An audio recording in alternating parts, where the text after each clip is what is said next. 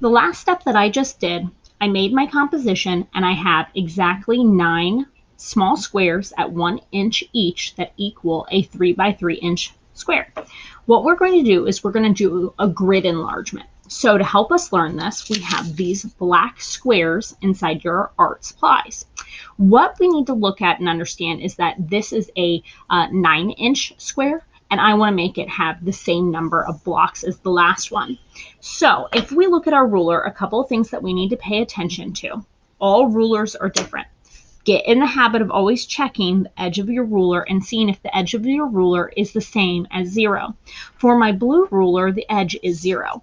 For my silver ruler, the edge is actually 1/8 of an inch over towards the right. So you got to make sure that you are paying attention to what type of ruler you have, or your entire project will be off. So what I'm going to do is I'm going to line up my ruler just a little bit off the top edge. I'm going to come in at 3 inches very carefully, being very precise, and I'm going to make a dash line that goes the same direction as the ones that are on the ruler. So it's a continuation. Then I'm going to come over to 6, mark it again. Now I'm going to slide my ruler to the bottom of my project. I'm going to line up the 0 very carefully, check 3 and 6.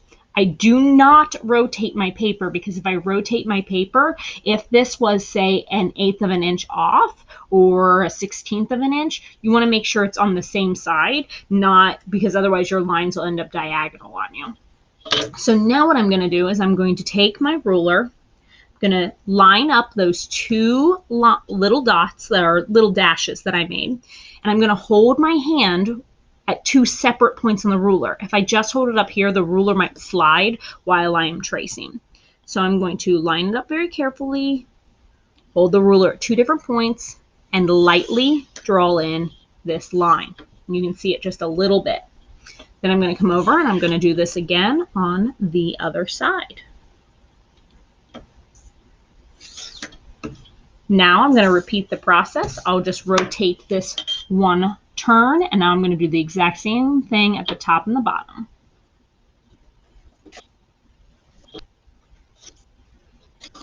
Now that I'm done, I have exactly 9 squares, and they match the 9 squares on this. If you feel that you aren't going to be able to see past all the extra things on your magazine, you can cut it down to just your block, if that helps you, so that you don't have all this extra noise.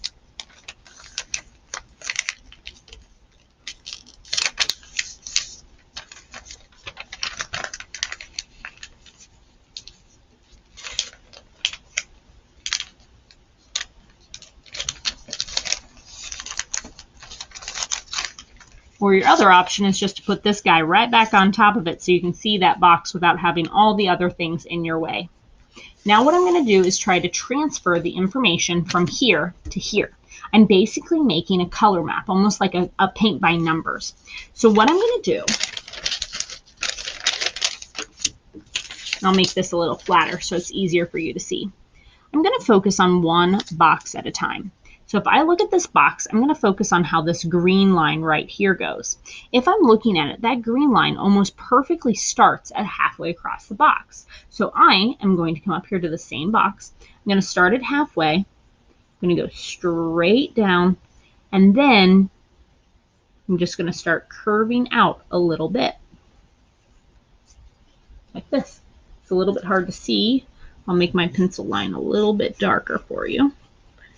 So that isn't what I tend to like to do. Then I'm going to come over here and say, well, this line continues into the next box and comes all the way down to this corner. So I want to connect the 2 lines somewhat like that. And now I would say, you know what, I think that maybe that bump needed to change a little bit, so I can change my angles and things as they start to connect.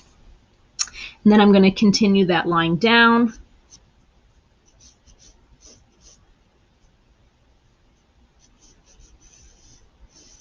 Into this final box.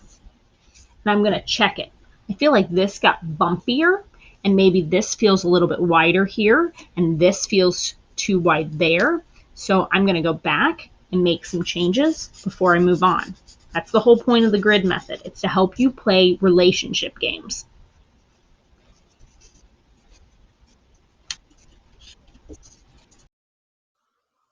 For the remainder of this video, I have time-lapsed the speed so that you can see this process as one.